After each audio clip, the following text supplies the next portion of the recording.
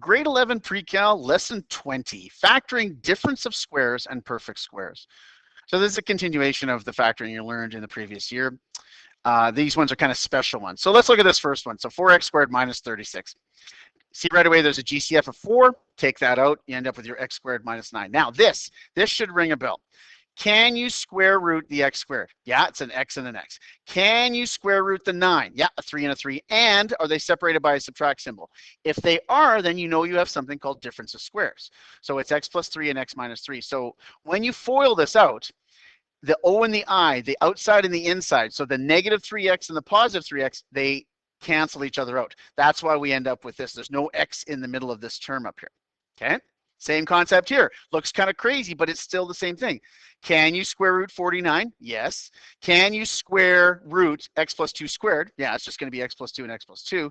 And are they separated by a subtract symbol? Yes, they are. So this is also known as a difference of squares. So square root of 49, 7 and 7. Square root of x plus 2 squared is x plus 2 and x plus 2. Signs are different. Then we deal with the 7 and the 2 here. That's our 9. We deal with the 5 and the 2 here. That's sorry, the 7 and the 5 here. Right?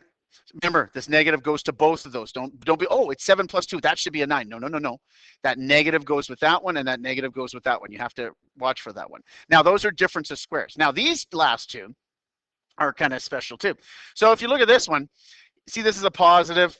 And I mean, they're both the same. In this case, they're both positive. But the factors of 9 and added together give you 6. Oh, x plus 3 and x plus 3. And if you notice, these binomials are the same. So we shorten it up by writing it x plus 3 squared. This is a really common way of writing it, right? These are known as perfect squares. We go down to the next one. 9x squared, yeah, 3x and 3x, 16, 4 and 4. This positive means they're both the same, and in this case, they're both negatives. Yeah, we get our 3x, negative 4 is negative 12. Negative 4 times 3x is negative 12. Yeah, there we get our negative 24. And you can shorten it up by going 3x minus 4 and then squared. Okay, this next one, back to difference of squares. Can you square root the front? Yep, it's x to the 2 and x to the 2.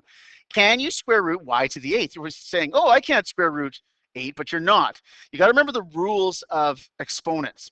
Something times something, you add the exponents. So in this case, it's x to the 4 and, sorry, y to the 4 and y to the 4. When you multiply those, you basically add the exponents and you get your y to the 8.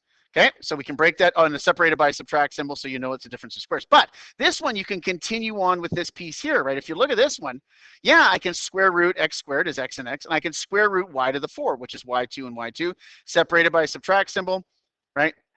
And the signs are different. So this is your final answer here. This is kind of a neat question because you can just kind of keep going on until you finally get your answer. One of these questions, I could give you one that could give you like 4 or 5 steps. That would be an interesting one. But in this case, your x to the 4 minus y to the 8 breaks down into 3 different binomials.